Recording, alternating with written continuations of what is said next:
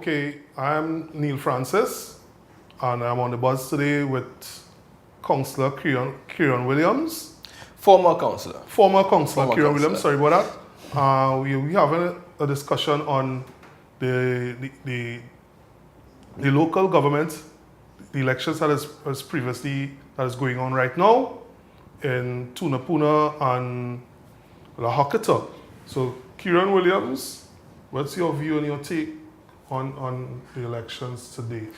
Well, I think these local elections, the local by-elections, it kind of it's flown under the radar a bit inside the society. We haven't seen much buzz on it, or we haven't seen much attention being paid to the fact that there is an election taking place in the country today. I mean, I guess after all the hype that surrounded the general election, people might be a bit election weary. I don't know if you feel that's what's going on here. Well, what do you think? What do you think? Well, there are two sitting MPs in Parliament right now that were previously holding those positions. Yeah, we have those positions. We have the Orsonville, Tunapuna, Esmond Ford, yeah, and Malabar South. There's Anthony Garcia. See, in your view, do you think that it's an easy walk-in for the ruling party, or do you think that there will be some stiff competition there today, or do you think that people normally there's a very low turnout with by-elections? Yes. And people are being wary from election to election. Do you think with the victory of Ms. Bissessa, that will translate into some votes for her political party as well? Well, when you look at these two seats, both Mr. Garcia and Mr. Ford, now the Member of Parliament for Tunapuna and Arima, they have been in that seat since the 2010 local election. So they've won two elections back to back. Well, three if you count the general elections, but they've won two local elections in that district back to back, and they were both fairly comfortable in those seats. And if you go even further back, it's generally been an area that the PNM could usually believe that they would be winning. And I see no reason why that trend should change in this by-election. So therefore, the platform is already laid from Mr. Garcia and Esmond Ford from their previous stint as local government councillors. So you think that the favor is within the incumbent party, and is basically an uphill task for basically the opposition. Well, what about, before you go there, what about Ms. Bissessa's victory at the polls Saturday? Would you think that will give some impetus for her councillors fearing today at the election? Would you think that will give some of their supporters the inspiration to come out and vote? Well, I don't know. If you could give me some backstory on even how these candidates were selected within the UNC. Because since the general election, the UNC has not really been a cohesive party to say that they're working together, as a party, because they've been gearing up for their own internal elections. So these two candidates, do you have any feedback as to whether they were handpicked by Ms. Bissessa, or maybe they were on someone else's slate? Well, these two young people, they were apparently on the Bissessa slate. They were endorsed by her, and she was the political leader incumbent at that time. Right. So they were selected by her executive.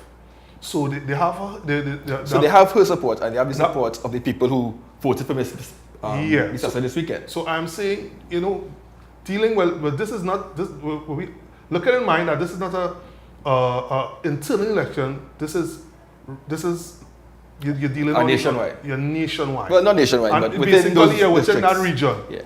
Do you think that that people really will pay attention and say, well, okay? To be honest, I don't think anyone is paying attention to these by-elections right now. And when we look at the groundswell of support that generally supports Ms. Kamala Bissessa, it won't be within these two districts that are being decided upon today. The groundswell of her support is generally in the Siparia and the southern regions. So I don't think she would have that.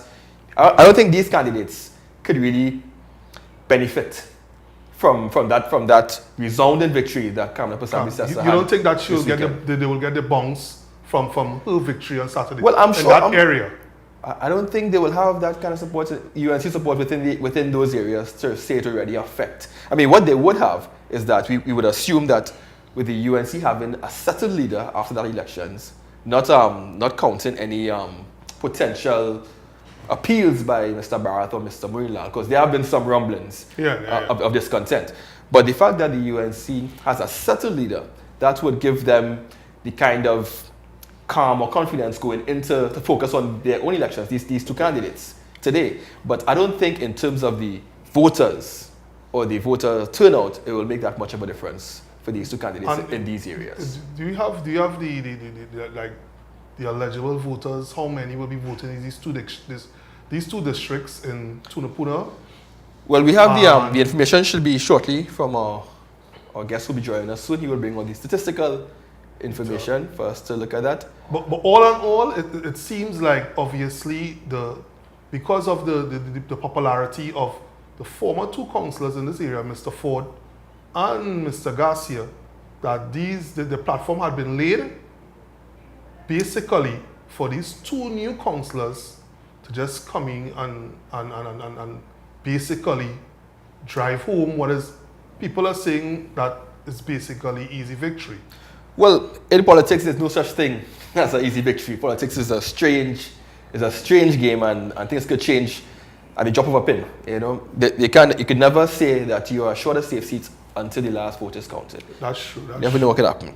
But we have to understand that both Esmond Ford and Anthony Garcia were able to be such good councillors that they could build on that start to reach the level of a member of parliament by increasing their number of votes to that amount to get them into parliament. So it says a lot of the work about the work that they did on the ground in order to really capture the populace within those two districts and to propel them into central government. So what you were saying basically for the couple of the years that they have been doing a lot of groundwork, they have been popular on the ground, and within 3 months of vacating their seats into the parliament, it's only obvious that it's 3 months is not enough time. Yeah, for there to be a swing. I don't think so.